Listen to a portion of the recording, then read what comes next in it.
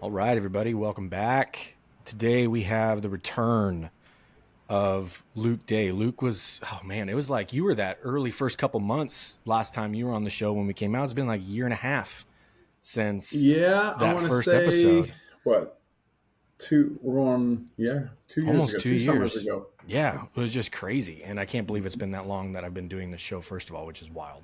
But I'm pumped to be able to talk to you and catch up again. We've caught up a couple of times at Sorenex events in between Mhm. the last recording and now. But man, there's a lot of stuff that I would love to get into with you. But first of all, just thanks for making time, man. I'm pumped just to catch up Oh, with of you after a course, while. man. Thank you. I'm glad you're still creating, and you're still doing your thing, and it's good to see you're doing a good work. So thanks for letting me be a part of it again.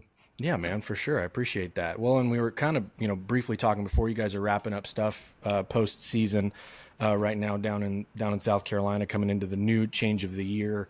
And Mhm. yesterday was Portal Day, and just people going all over the place, all over Yeah. the country, and it's kind of crazy because, like I had mentioned before, last time we had talked, none of this stuff was really like into effect yet with the NIL and how much of an impact the transfer portal thing played. But I'm curious, just Mhm. like, I mean, is it tough from a culture building standpoint to really build something in a sustainable manner when you have such high turnover year after year now?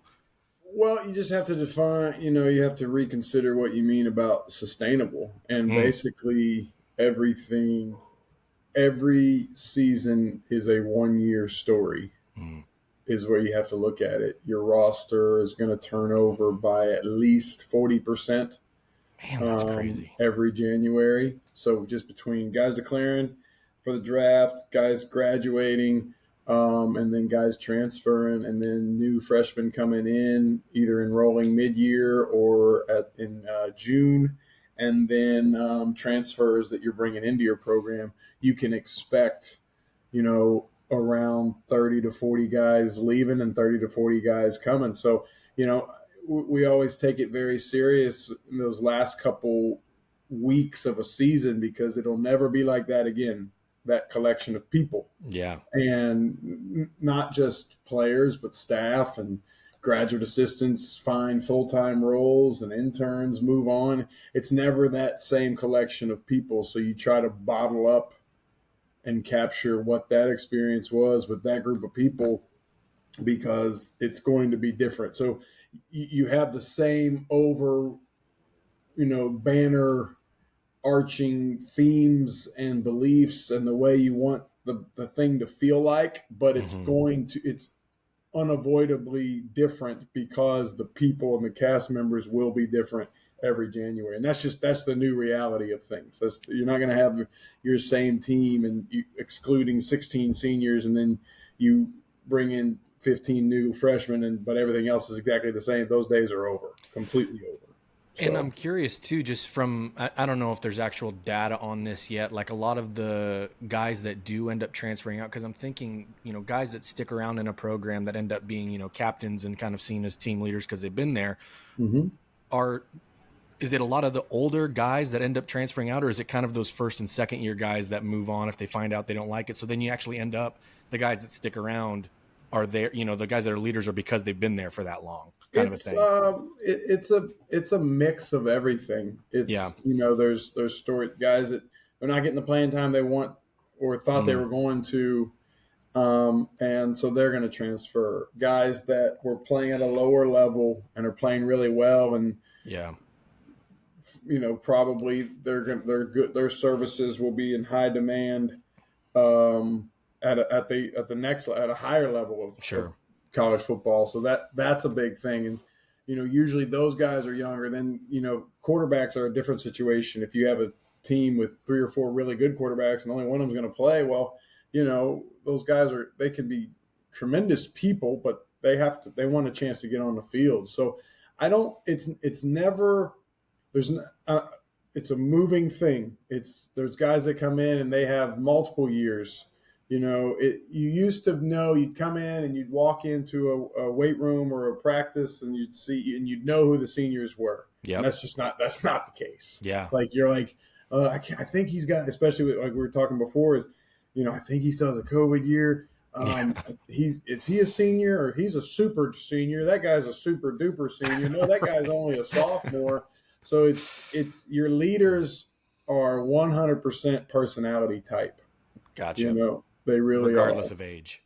Yeah. Well, and really, your leaders are the most influential people, Sure. whether they want to be leading or not, or think that they are.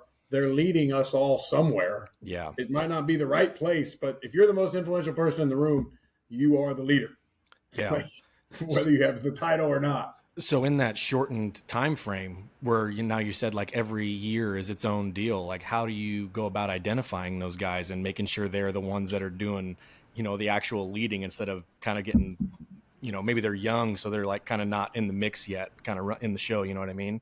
Yeah, it's if I had that market cornered of how to do that well, I'd have all the answers. But there's I'm trying.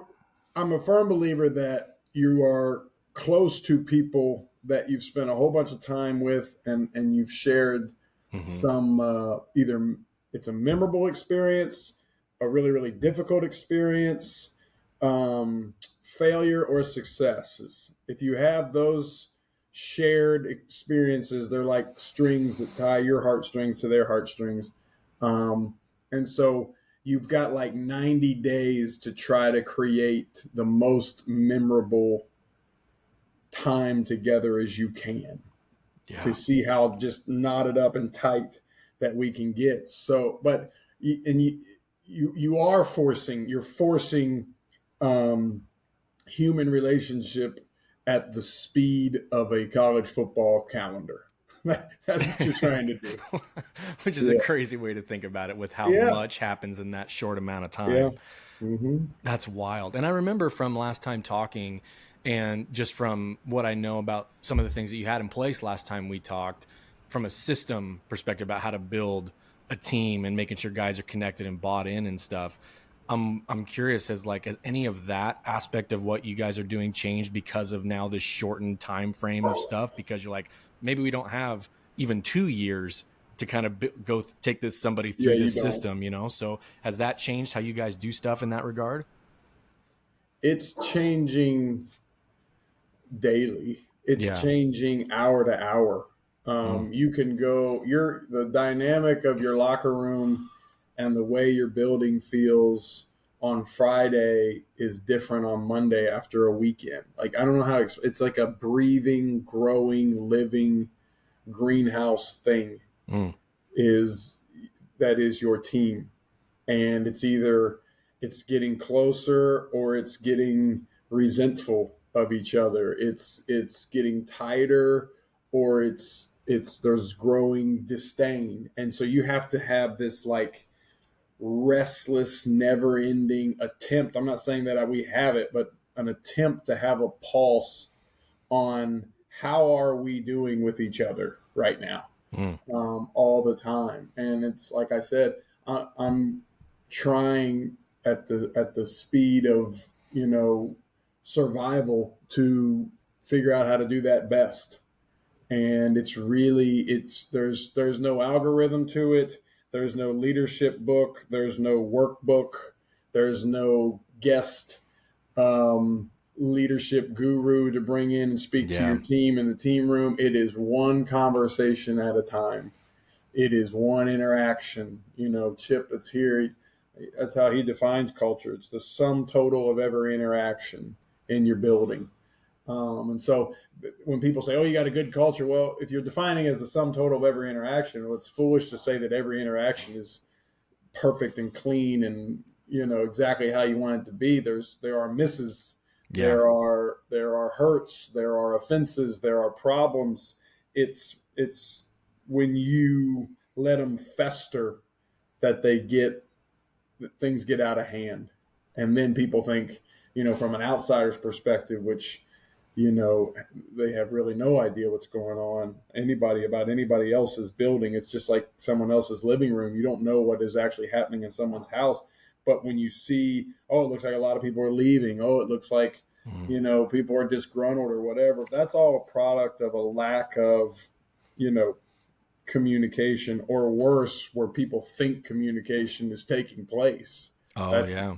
I always heard that. It's the biggest mistake between two people when it comes to communication. Alex Mirabal told me that, as the offensive line coach at the Miami Hurricanes. He goes, is the illusion that it took place.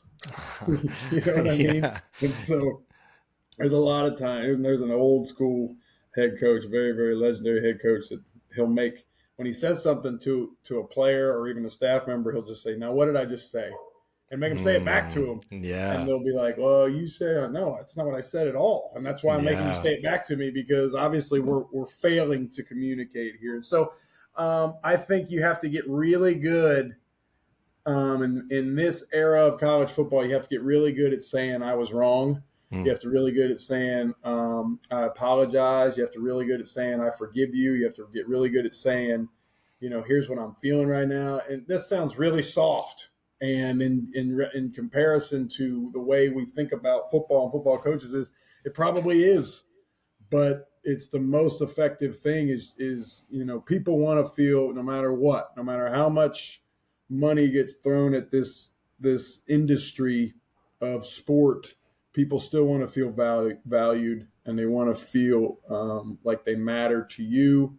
And in the short span that I got to witness, professional athletes in the NFL, that still mattered on the day to day. And Yeah. those people were making life changing money, but it's still the only thing that seemed to move people was making them feel valuable and connected with each other. And everybody's saying that, but we're all, me included, fumbling through it. Mm. You know. The value part's interesting because at this point in college football, that's a conversation that actually involves the monetary aspect Yes. now. Yes. So like a Yes. literal monetary value, but Yeah. I think because that's not something that is necessarily accessible to so many, even kids in college football from different Mhm. levels of college football, like there's more to the value conversation than just like the literal monetary value. It's like Right. you matter to this place and we can show you by this dollar amount. Like I think like you're saying, it goes deeper than that in order to actually have something foundationally. Yeah. I think I was thinking about this before we got on here. Is like I psych myself out because, especially, everybody's trying to say the next like really insightful thing, Right. especially in like podcast The culture. good sound bite.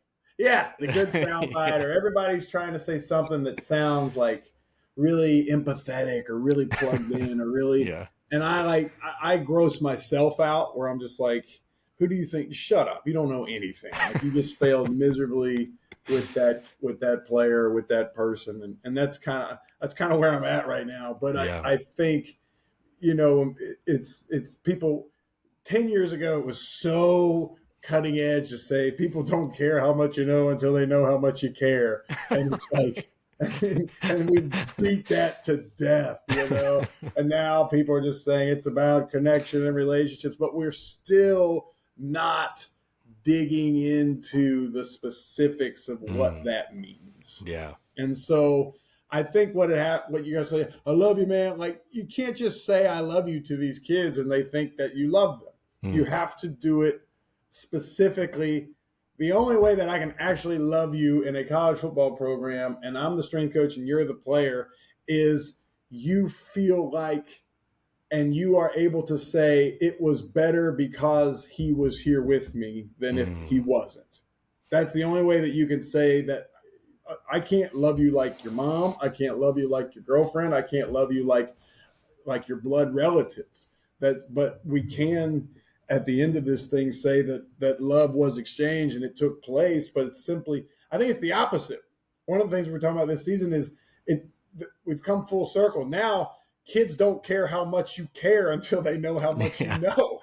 Right. It's the opposite, Right. where they only care that you care if you have something of value to help them. Mm. And I'm not saying that now it's an exchange. I It's was just not. going to say that makes it sound more transactional It to a degree. absolutely sounds transactional, but Yeah. but it's not, because what you have to think about is they have this incredibly small window of opportunity to play on this stage.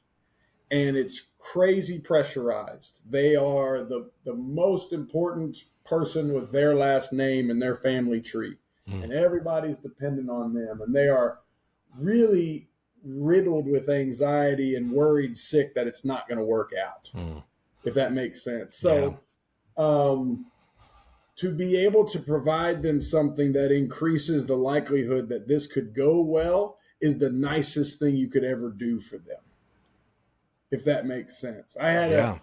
When we were back doing some of the man-child stuff, there was a conversation. I might have said it to you before, but it was he was a medevac, like rescue nurse on a helicopter. They Okay. do like Yeah. backcountry rescues for like backcountry hunters in Alaska, stuff like Yep. that. Guys Yep. get really, they fall, mangled up, bad stuff. And he goes, the better I get at my job, the more human I can be while I do it. Mm. You see what I'm saying? So it's like Yeah. that's and because I thought, oh, if I'm just really passionate and I tell these kids how much I care about them and I work really and I push them really hard, and that's the thing, Chip, who's been in this thing in this game for 38 years, he was just like, be really good at your job and be really, really good at the details and the specifics and just coach them. Mm. Like, you don't have to tell them every moment how much you care about them. Yeah. Just coach them really well, and they're going to value that you were there around them coaching. And so that's what I'm realizing is because I think we bastardized this whole. We took that whole nobody cares how much you know thing and really ran with it, Yeah. and we've got a lot of people that want to be around sport, want to be around athletes, that they don't know the material enough, Right. and the kids. We say this: if at this level, if you're cutting your teeth as a coach, the only people that get chewed up is the player you're working with. So you, Yeah. you, you can't just walk into the Man. land of wolves and expect to learn something, but you can't ever stop learning either, if that makes sense. I'm not trying to be this some sort of like intellectual thing. It's these are experiences that I'm having this very moment. Well, and it makes perfect sense because as I'm thinking back to like the two or three coaches that I had, even either in high school or collegiately that I know made the biggest impact on me, they Mm-hmm. were the best at the job Yes. first. You know what I mean? Like I would, no matter what it was, I wasn't, he could have motivated anybody out of the room to do anything, but it was like, okay, but he was going to tell me to do this. I know Yes. that it's actually the best possible thing to do in this moment on the track Yes. or on the field. So it's like, like you said, there's become this philosophizing of the job. It's Yeah. like people try to be the TED Talky kind of guy Yep. first instead of the actual person that does the job well. And then the other part's like, yeah, now you have their attention. You better have something with it, you know? Yes. I think that's it's the next frontier is the original frontier, which is to just be good at what you Good. do. Yeah. I think that that's the deal. I think if we talk to one more coach, and I would listen, I was leading the cause of just like I want to make a difference. I want to make an impact in young people's lives, and it's like just shut up, dude. Like that's what do oh, thank God you're here. You're God's Yeah. gift to coaching and football. And I think that that's just a naive thing that a young raring to go coach goes through. And now that I'm getting a little older and grayer and a little crustier, I'm just realizing that the only thing that I can do to help these kids is to be good at what I do Yeah. and to treat them decently and fairly while I do it. Yeah. But you cannot, and I don't think, I don't, I was listening to those guys over at the Learning Lab. It used to be called Train Ugly, but that there's no real research on that. There's generations like Mm, Generation Z sure. or Gen X or Millennials. None of that. That's not a real thing. Yeah. It's as we get older, we feel some kind of way about the younger generation, Hmm. but when haven't we wanted to know why we have to do something? Mm. and when haven't the person that was being asked, why are we doing this, wasn't annoyed by that. So I think Right. that's an ancient problem. Ancient problem. I think someone, while they're building the pyramids, were like, yeah, you kids today, you just don't know what hard work is. Right. Now we're saying the same That's thing. the easy thing to say. Yeah, exactly. I think we're saying the same thing, 6,000 years later. So, but we are changing. We expect the same results from these guys Yeah. on Saturday nights on national TV, but we are softening the standards to get there, Mm. which is a recipe for disaster. Mm. A recipe for Sure. disaster, because the only thing that a young person doesn't know is consequences to their behavior. And so you're trying to be the voice crying out in the wilderness of, if you do this, this will happen, and you hope that you can provide enough evidence and get them to participate in what you're saying. But that's the great challenge, I think. Yeah. And we're letting, it's almost like child star syndrome, where there's, and I'm sorry, the sun is coming. I even have the blinds down. I don't know why Oh, it's you're doing, good. but where you let the talent make all of these decisions that are really detrimental to themselves, but you're not allowed to get in their way. Yeah. And I think that is a very dangerous road to travel down in college athletics, and we don't want to be like that around here. Well, I want to ask you too, almost to get more technical on some of this stuff as we talk about, just working on being good at the job at hand, like with you specifically being in the strength and conditioning side of things. And then previously we're talking about now we have all these shortened timelines. Like from a training and program perspective, has that changed how you guys have to put that stuff together too as well? Or do you kind of generally look at it as a year by year case, even prior to all this stuff? Yeah, I think when, when you think like, oh, this in year one we'll develop them like this, and Yeah. slow cook them and all that sort of that doesn't exist anymore. Yeah. Now you can't skip a developmental sequence, and you can't ask more of a player than they're capable of giving, because you'll Sure. hurt them, or worse, discourage them. And so you're trying to find what's the most aggressive developmental protocols that we can put together, because you have 1 year to get this right. You Yeah. have 1 year to get this right. 1 year to win, 1 year to use this player, because you don't know if you'll have them again, because they might declare for the draft, or not be with your team, or whatever that is. So it's not like, oh, another off season under his belt. You have this off season. You have this Yeah. preseason. You have Yeah. this session. And so that's what you have to keep. That's our focus, really. Do you think that there's like this, and this whole portal thing has just been fascinating to me to watch it develop over the last few years. Do you Mm-hmm. think now there's like this level of, even though all coaches are kind of always recruiting, right? Once they're there, like you don't really continue to recruit those players, but now almost do you feel like you have to, just to keep them around if you want them around? Or how does that like building of that relationship go? Or while they're there, you're also trying to be like, this is why you need to stay. This is why you need to stay, kind of thing. Well, it's you don't stop trying to keep your wife married to you after you marry her. After you Right. marry her, That's a good point. you know, but you don't say, you're not You going don't just anywhere. Like, throw it yeah, in. you don't just say, let's stay.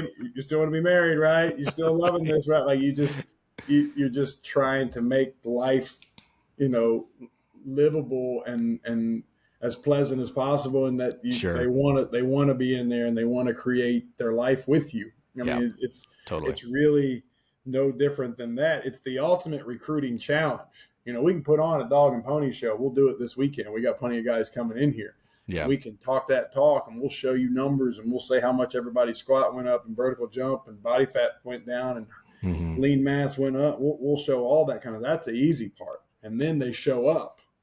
And the hard part is to be what you said you were every Yeah. single day. That whole Jordan Yeah. Peterson thing, right? Your Yeah. ideals become your judge. And so all we do on a recruiting pitch is broadcast our ideal selves. And then when they arrive, it's our responsibility to follow through with that promise on a Yeah. daily basis. And it's not possible to do that perfectly every day, which is Yeah. why I go back to you better be good at saying you were wrong, and you better be good at course correcting, and you better be good at asking for directions, because you're going to get lost, because it is murky out Yeah. there, you know. And For so sure. that's why we're, here we Coach Beamer's got this above all else, love your brother thing, which is it's the scripture. Above all else, love each other deeply, because love covers a multitude of sins. And if you keep digging back into definitions of sin, there's an archery term called hamartia, and it means to miss the mark. So we're Mm. not talking about like, the Ten Commandments in our football building, but like when you miss the mark, the the realization and the understanding from both sides when the miss has taken place, that listen, I was wrong, and that I'm attempting to care for you the right way, and I didn't there. That's what we mean by love. Above all else, love will cover that up. Mm. So, you know, as there's, like you said, there's thousands of kids jumping in the transfer portal. Some of that's their fault. Some of that's the institution's fault that they're leaving. But what's happening everywhere at record paces in every, not just football, not just sport, but just human interaction, is, since we're interacting so much more, and we have access to so many more people than we ever have in the history of mankind, with that device in our pockets and with our phones, is we've never missed more either. Yeah. And so we miss a lot. And so, but instead of saying more sorries and more I forgive yous, it's just more angry rants, Mm-hmm. and I was done wrong, and this is screwed up, and we're really good at being outraged, and we're really bad at saying I was wrong, or saying let's get this right. Yeah. And that's the, I think right now that's the only chance you have as a coach. I want to shift a little bit off of I guess it probably is still tied into the football stuff as well, but the phrase that has kind of become synonymous when I think of you is the one that's on a lot of the shirts that you've put out, is struggle Yeah. well. Yep. And there's been a lot of stuff that I've seen you do in the last year plus, like with Bert and your guys' Mm-hmm. boys, doing stuff with the kids and stuff, which I love. Mm-hmm. I think when we did it last time, you had just done like the first shirt that had that phrase on it, or like you were just coming Yeah. around Yeah. to doing it or something like that. So Mm-hmm. I want to just go like, tell me about the phrase Yeah. struggle well, and what spawned it and where it came from. Yeah. So, and you think, I think other people have said the phrase before, and I don't have the Sure. trademark on it, and I hope nobody sues me or something here Yeah, get soon. on it But if there's not. I know. But I was, I'm not sure if I told this story or not, but I was, if you're in this thing long enough, and you get fired. And so I got fired and was out of football, and was helping my friend. He gave me a job. I say help him. He was helping me because I was so horrifically bad at it, trying to pour concrete. And so, dumb laborer, like that's me, like, breaking rocks in the hot sun, because I have no skill set of finishing. Those finishers and skilled tradesmen they're real dudes. And Yeah. so when people think that whatever that is, that stigma that's looked down upon, is absolutely absurd. I was just lucky to be able to have an income at the time. But you come from, let's be honest, you get this thing can be high profile, and no one wanted me to be on their podcast when I was pouring concrete. I would say like that. Okay. So, And money's tight and you feel like a failure and you don't know. One of the scary things is it's so hard to get into high level football, whether it be professionally or at the collegiate realm, that you don't, if you're out, you don't know if you'll ever get back in. Right. And so I'm kind of in the middle of all that sort of stuff. And so almost as a cathartic process, we came up with this man-child media project where I could just write and talk and interview people that are doing really interesting things like yourself, people that fish all over the world, hunt all over the world, people that do epic jobs, people that take boats to Antarctica. Like that medium, that man-child project allowed me to do all that kind of stuff. And the common theme that I realized with those people, um, and what I was dealing with at that moment was, you can do anything you want if you are down for how difficult it's going to be, Mm. and how uncomfortable or how poor you're going to be, or how long it's going to take, or how disappointing it's going to be, or how sad it's going to be, or how much of a letdown it could potentially be. And all of those are just synonymous terms with that word struggle. So instead of trying to do everything you possibly can to avoiding those bad feelings, what if you just got really good at them? What if you got good at dealing with disappointment? What if you got good at setbacks? What if you did those things well? And so that was just like, because I wanted a sort of mantra that went with this idea of being a man child, because being a man child is kind of what got me into the situation I was in. I was Mm. proud and arrogant and over the top and ridiculous, like like men tend to get. But really, it's acting like a child, and I was not childlike in asking questions and being curious and saying I was sorry and I was wrong, like a child. The best things about a child. So Right. it was sort of a play on words of a life experience that I was having in 2019. And because of the way that I behaved, everything was a struggle at that time. And the only way out of it, or towards back to what I wanted out of my life, or my life for my family, was to do those things well. And so it was just a capturing thing. And then, Yeah. I always, when I was a kid, I didn't want to be. I was convinced that I was a cowboy. So that's what. So those old Wrangler logos, with the rope, and that was just Yep. kind of a tip of the hat Yep. to, tip of the hat, no pun intended. But that struggle well is basically like, who are in who would you go be if you went back and talked to your 12-year-old self? Mm. Who are you supposed to be by now? Because your 12-year-old you was convinced that that's who you were going to be, and you weren't waiting to ask for permission.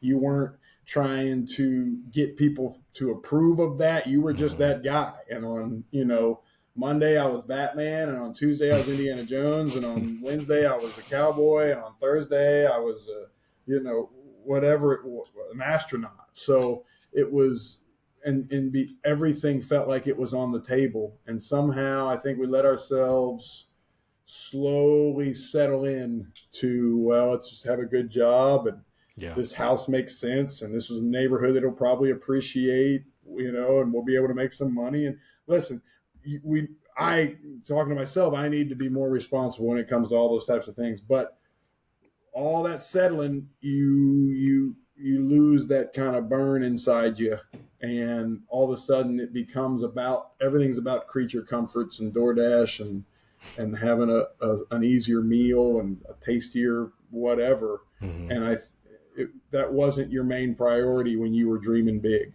And so I think what keeps you connected to your life's passions and your heart's purposes and all those kinds of things, and not trying to, staying away from philosophical guy, is those struggles.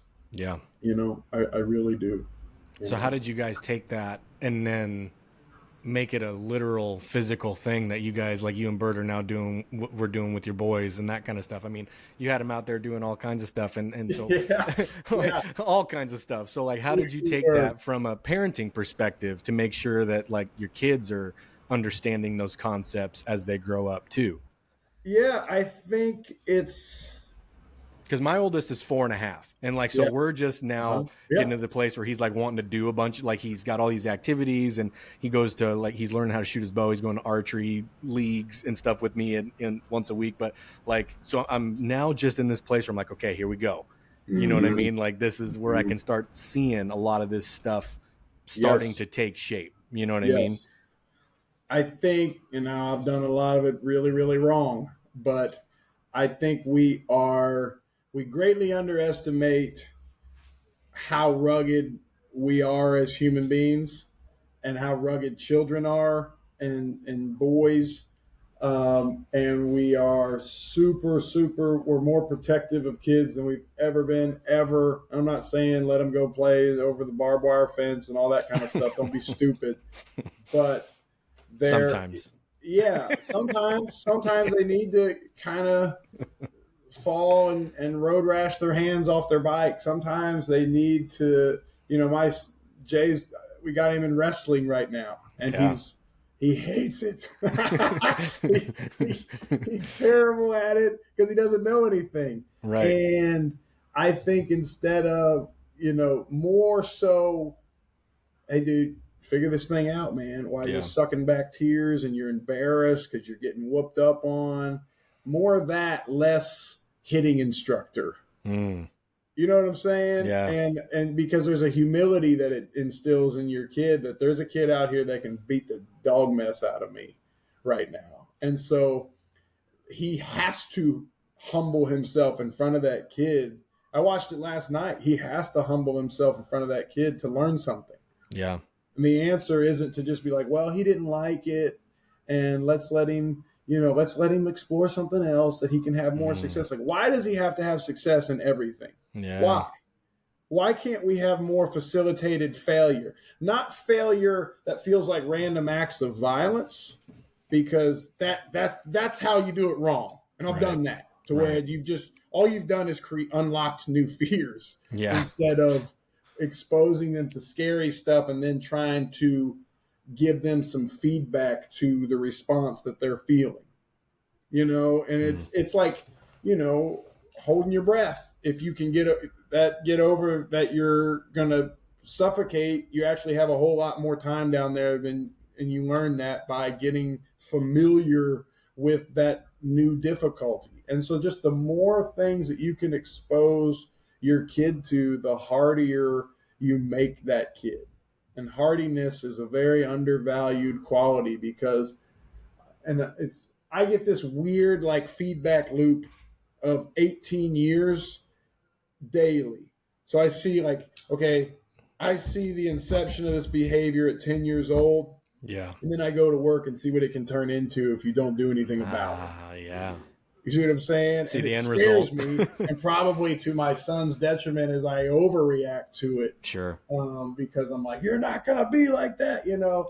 I think I've told you this before, but I always think nobody steal this idea now. It's still in the works, but I want to write a children's book that's it's called The Never No Troll, and it's a sweet little boy that never gets told no, and he turns into a monster and like That's attacks so the good. city, and then That's while so he's tearing good. buildings down, somebody just goes, "Hey, no, you can't do that," and Yep. then he shrinks back down to this sweet little boy. And sometimes I have those experiences with big time named athletes, and they're freaking out and they're going crazy, and you give them a little bit of boundaries and say you're not going to act like that, and Yeah. then that sweet guy that they really are can kind of come out.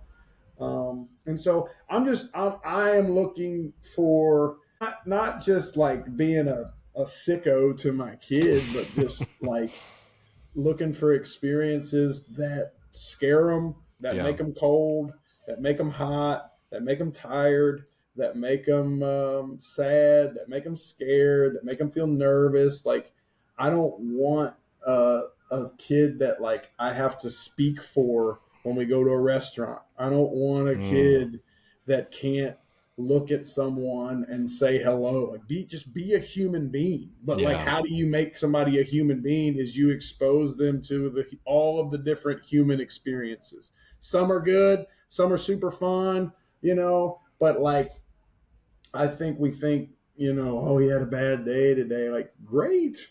Not like Jocko good. Like, that's not what I'm Right. saying, but like, Right. he needs to have he needs to have some bad moments, and Yeah. it's okay. And you're there because it's way safe because you're still there to be Right. there while it's bad. And you don't have to, and I'm learning this, Chip helps me with that because he's 30 years into this fatherhood experience because I'll get rageful and just be like, no, you're sticking in, you're gonna stick with this, and I can't. They cry, like I said, Mm-hmm. but just being like very, very patient. Like I think, that's a biblical thing. Paul's crying out, God, take this thorn out of my side, and he just says like, my grace is sufficient.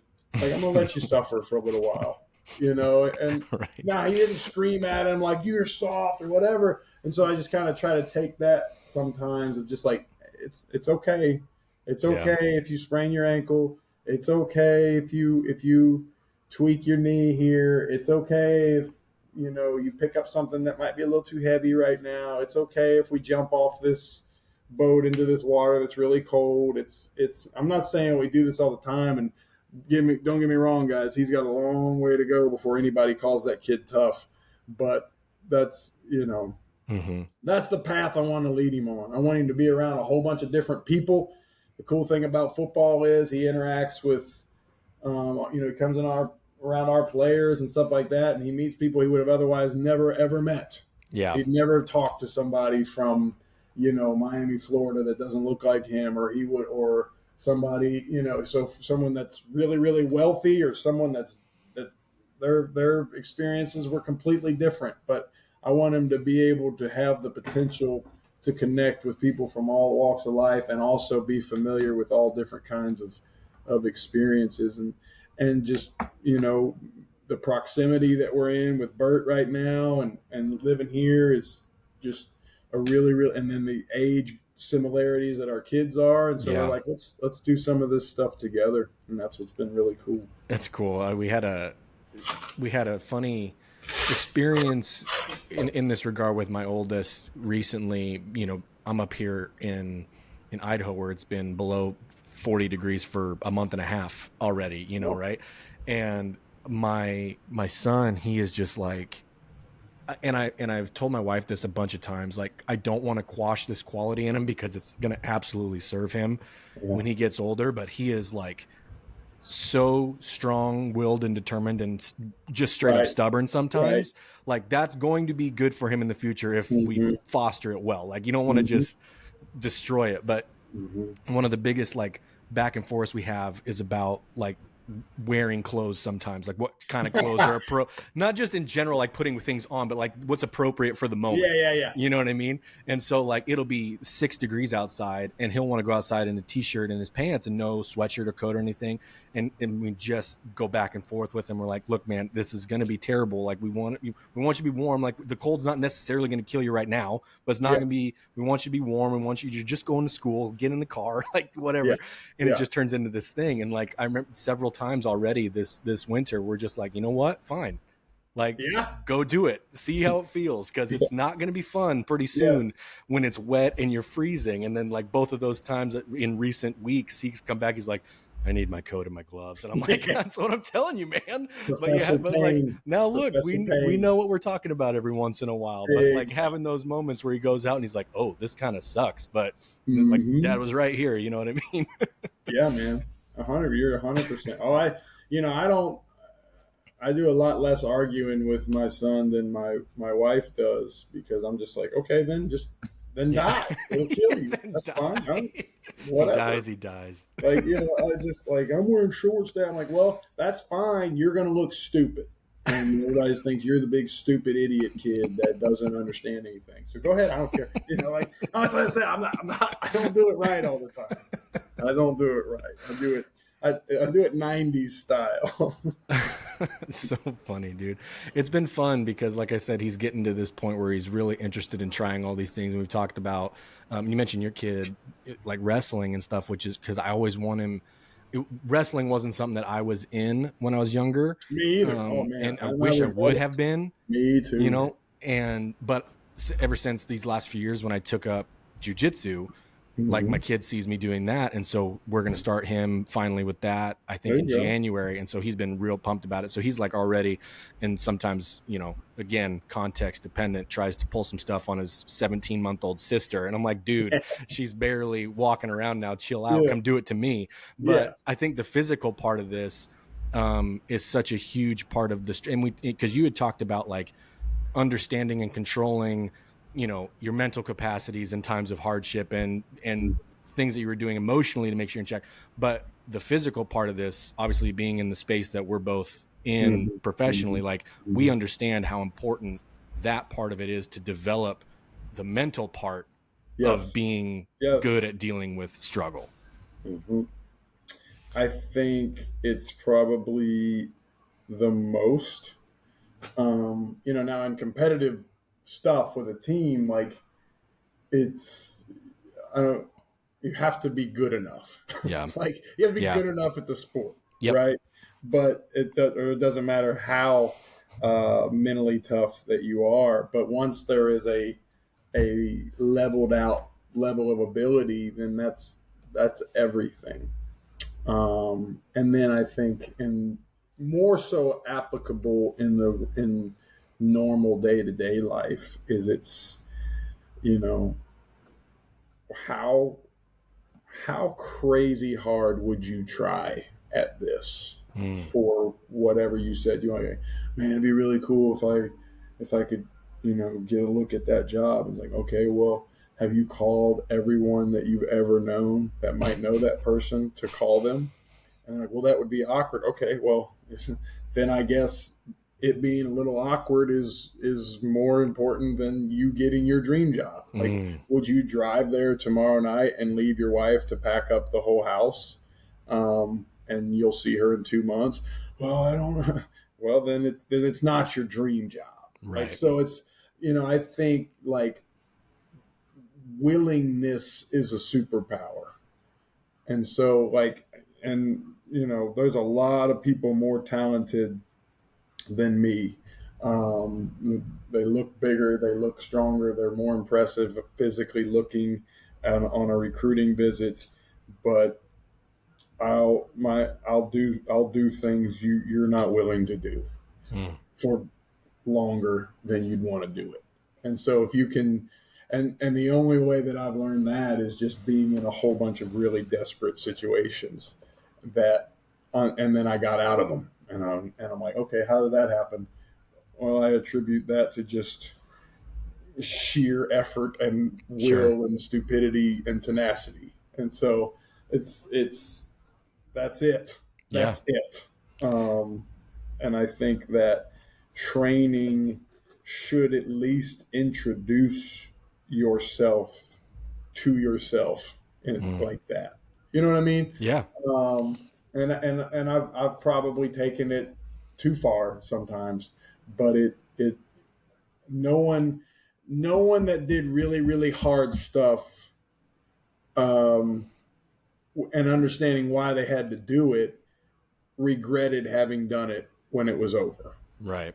They certainly complained before it and during it, but no one regretted it afterwards. And almost the opposite, like it's looked back on fondly. Yes. It's not just like this neutral thing. And I always think back, and maybe it was, I think it might have been Steven Ranella talking about it in context of hunting, where he's Mm-hmm. like, we've had these trips where, we look back on a trip to Disney World or whatever, and you're like, you don't remember the moment that you went down the roller coaster as like one of the happiest moments in your life. Right. But the moment, because it was fun in the time and it was all stuff, but he's like, we look back on hunts where it's like, we hadn't eaten in 3 days and everybody's miserable and it rained and we were just so ticked off and wet the whole time. But these like 10 years later, there's like, Right. that's one of my favorite memories of my Yeah. whole life.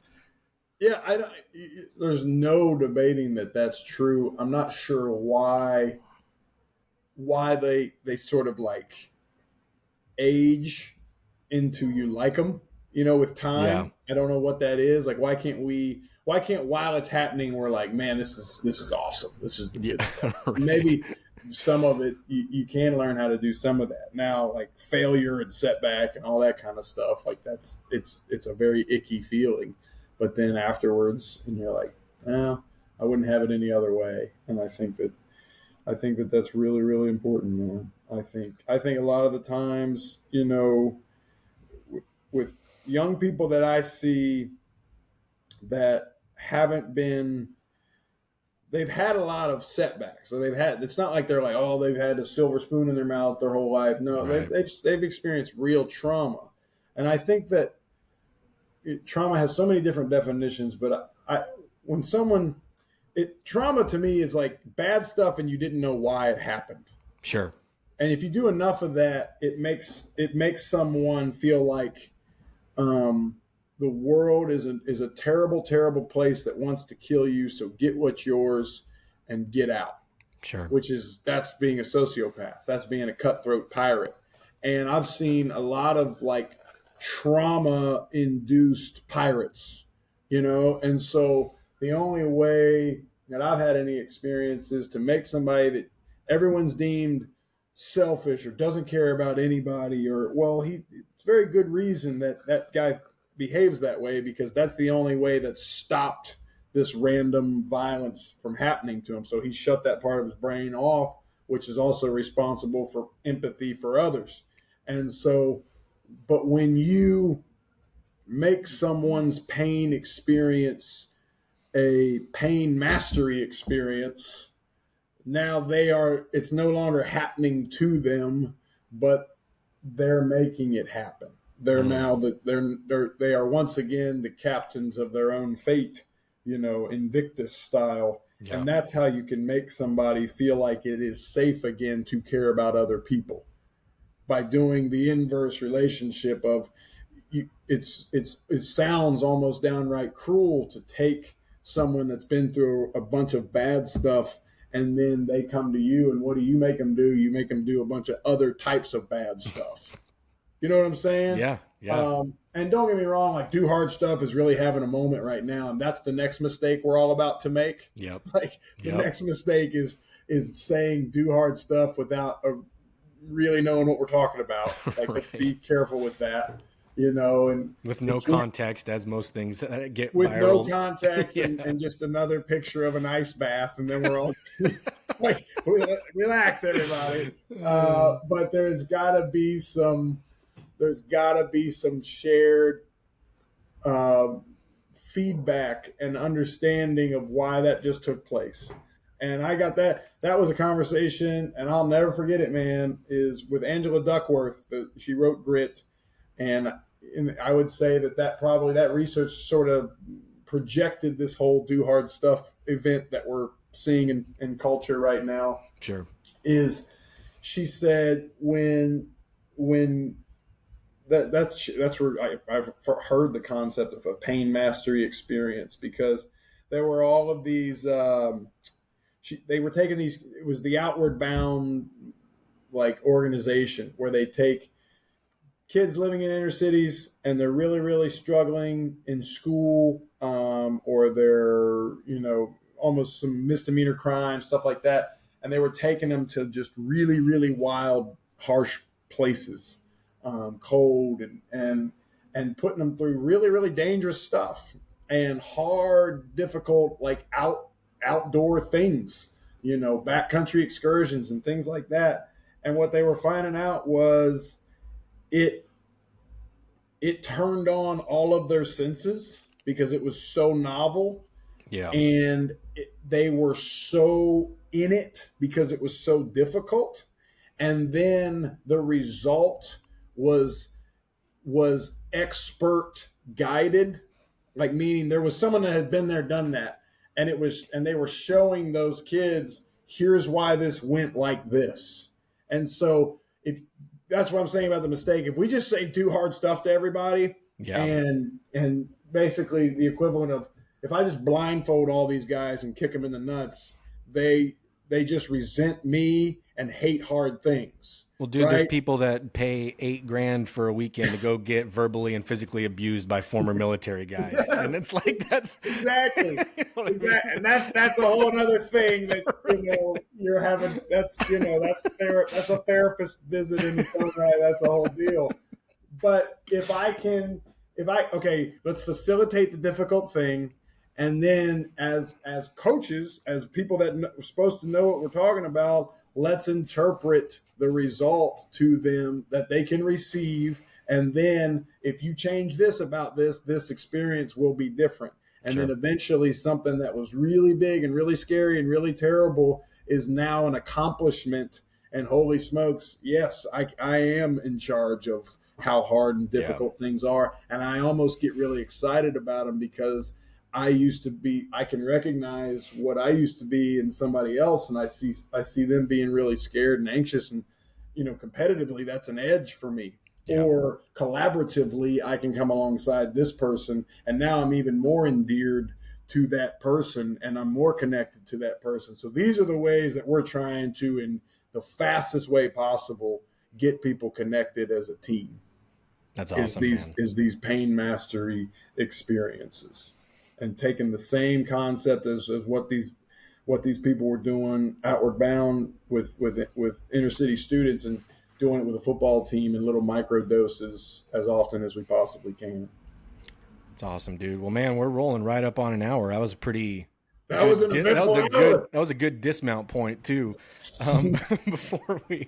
Before we go, I have to say, because I'm a giant fan of The Office, the skit video that you Oh all man, did in the preseason of that scene running in front of the speedometer thing on the road yeah. was so nailed perfectly, like shot for shot of it too, dude. I don't think I don't know if I messaged you about it yet or not, but I had to tell you because you nailed it. Yeah, that's all the guys with the creative media So team, good. and their idea, and they nailed it, man. They So did. That's good. super fun. Well, man, thank you again, my friend, for making time today. It was good to catch up and hear how things are going and just get some more conversation time with you, dude. I Yeah, really man. appreciate it. Thank you. Thanks for having me on. Keep doing what you're doing. Stay warm out there. It sounds cold. It's not like Always. that here, but that's Always. awesome, man. So good Awesome. stuff. Thanks, Luke. I appreciate you, brother. Of course. Thank you.